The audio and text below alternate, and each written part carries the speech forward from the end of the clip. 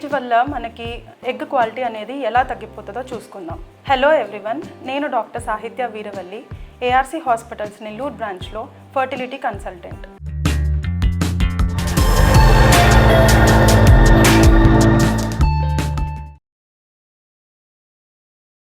మనకి ఒక baby girl పుడితే ఆ బేబీ గర్ల్కి పుట్టుకతోనే 1 to 2 మిలియన్స్ వరకు ఎగ్స్ అనేది ఉంటాయి. అవి మనకి మెచ్యూరిటీ ఏజ్ వచ్చేసరికి 3 lakhsకి పడిపోతుంటాయి. వీటిల్లో ఎవ్రీ మంత్ మనకి ఎగ్ రిలీజ్ అయ్యే కొద్దీ కొన్ని ఎగ్స్ అనేవి పెరిగి చనిపోతూ ఉంటాయి. ఇలా 35 years ఏజ్కి వచ్చేసరికి మనకి పుట్టుకతో ఏవైతే వచ్చినాయో వాటిల్లో 10 to 15% ఎగ్స్ మాత్రమే మిగిలి ఉంటాయి.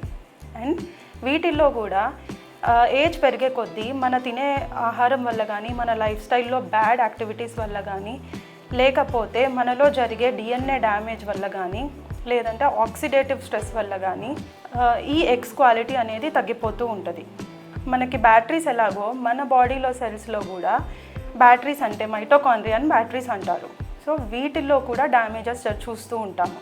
సో 40 years ఏజ్కి వచ్చేసరికి మనలో ఉన్న ఎగ్స్లో అరౌండ్ 50%లో జన్యులోపాలు అనేవి ఉంటాయి. ఇటువంటి ఎగ్స్ ఫర్టిలైజ్ అవ్వడం వల్ల ఏర్పడే పిండాలు జన్యులోపాల్లో ఎక్కువగా ఉండే అవకాశం ఉంటుంది. సో యావరేజ్గా చూసుకుంటే మనకి 30 years ఆడవాళ్ళలో ఒక్కొక్క సైకిల్లో ప్రెగ్నెన్సీ అయ్యే ఛాన్స్ 20% ఉంటే అది మనకి 40 yearsకి వచ్చేసరికి 5%కి తగ్గిపోతుంది. సో ఎగ్ క్వాలిటీ అనేది మనం చెక్ చేసుకోవడానికి 2 హార్మోన్ టెస్టులు ఉంటాయి. ఒకటి యాంటీ ములేరియన్ హార్మోన్ AMH అంటారు, and follicle stimulating hormone FSH అంటారు. సో AMH తక్కువగా ఉండడం అండ్ FSH ఎక్కువగా ఉండడం ఎగ్ క్వాలిటీ అనేది తక్కువగా ఉంటుంది అని మనకి అర్థం చేసుకోవచ్చు.